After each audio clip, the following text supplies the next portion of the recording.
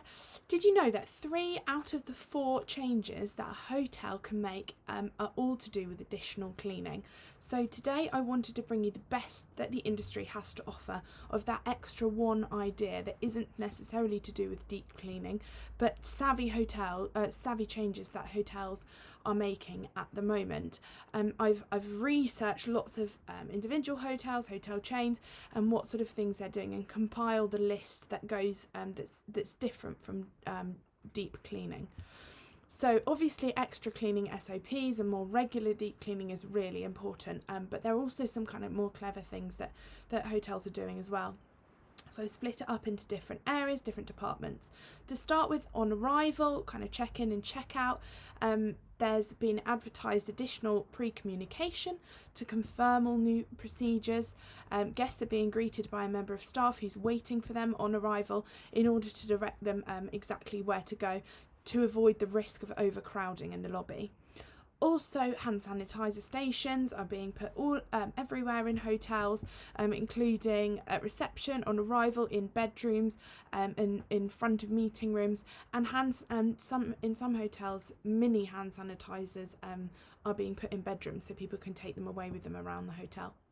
There's obviously a lot of advanced digitalisation as well on check-in, on check-out, room service, communication with the team, just to reduce that face-to-face contact a bit more. And lots of hotels are going one step further in their cleaning regimes, and also doing water purifying as well. In terms of bedrooms, some venues are advertising that their bedrooms are going to be empty for as long as possible before you stay with them.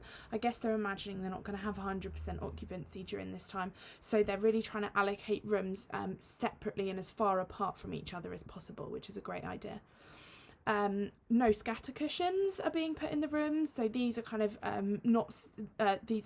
not single-use items, so obviously bed linen and everything gets washed at a high temperature, but scatter cushions aren't being put in the room anymore. Also, no magazines or paper or anything that several people would read one after another are being put in the bedrooms or elsewhere in hotels. There's increased air purification and air circulation in bedrooms. Hotels are disinfecting TV remotes and placing them in Ziploc bags on the tables as well, just to prove that they're clean. Minibars are being locked or removed so that several hands aren't going in there too. And lastly, in terms of bedrooms, once they're clean, deep cleaned, purified, everything's done, they're being sealed around the edge of the door to prove to the guests that this is a clean room and you're the first one to go in here. With regards to meetings and events, obviously allocations have changed. We're having larger meeting rooms for people so that they can keep that distance a bit more. With the new 1 metre rule, that's going to help a lot. Also, lots of venues are saying that single-use items are only going to be available on request, rather than as usual, like staplers and stationery would be in the meeting rooms for you to use. These are only going to be available on request, not automatically in the room. Either that, or clients are being given a disinfect box. So once they've used these single-use items, they can put them in the box, and the hotel knows to clean them afterwards. So there's a couple of good ideas there, I think, of ways to get around that. Obviously, a lot of COVID clauses are being put into contracts or discussed with clients, and advertised increased flexibility of cancellation policies as well. Lots of hotels are advertising that. Again, improved air circulation in meeting rooms, and lastly, meeting rooms are being sealed around the door, just like the bedrooms post clean once they've been deep cleaned. With regards to F&B, lots of obviously places, restaurants, everybody are doing table service only to reduce the risk of guests going up to the bar and moving around the place. And some people are going one step further and doing apps to order food and beverage. So if you're sitting at your table, you can literally just use an app, so you don't even need the waiter service person to come over to you.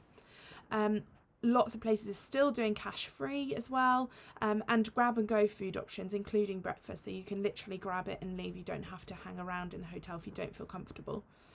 Lastly, more kind of to do with around the general building, there's going to be one person in a lift at a time with an attendant sometimes to manage that. So lots of businesses have been doing this throughout lockdown. You're only allowed one person in a lift, so you have to wait for it to come up and down, which means that you're not in a smaller space, overcrowded space. Lots of businesses are also, hotels and venues are rebranding under the clean or safe rules, showing that they're really taking it seriously and kind of helping guests to understand the different procedures, and that the hotel's going to look very different when they arrive there after lockdown. Lots of businesses have one-way routes around the hotel and signage to support this as well. And lastly, a great idea, lots of hotels have got a hotel safety manager on duty at all times to make sure that everything I've discussed is being implemented.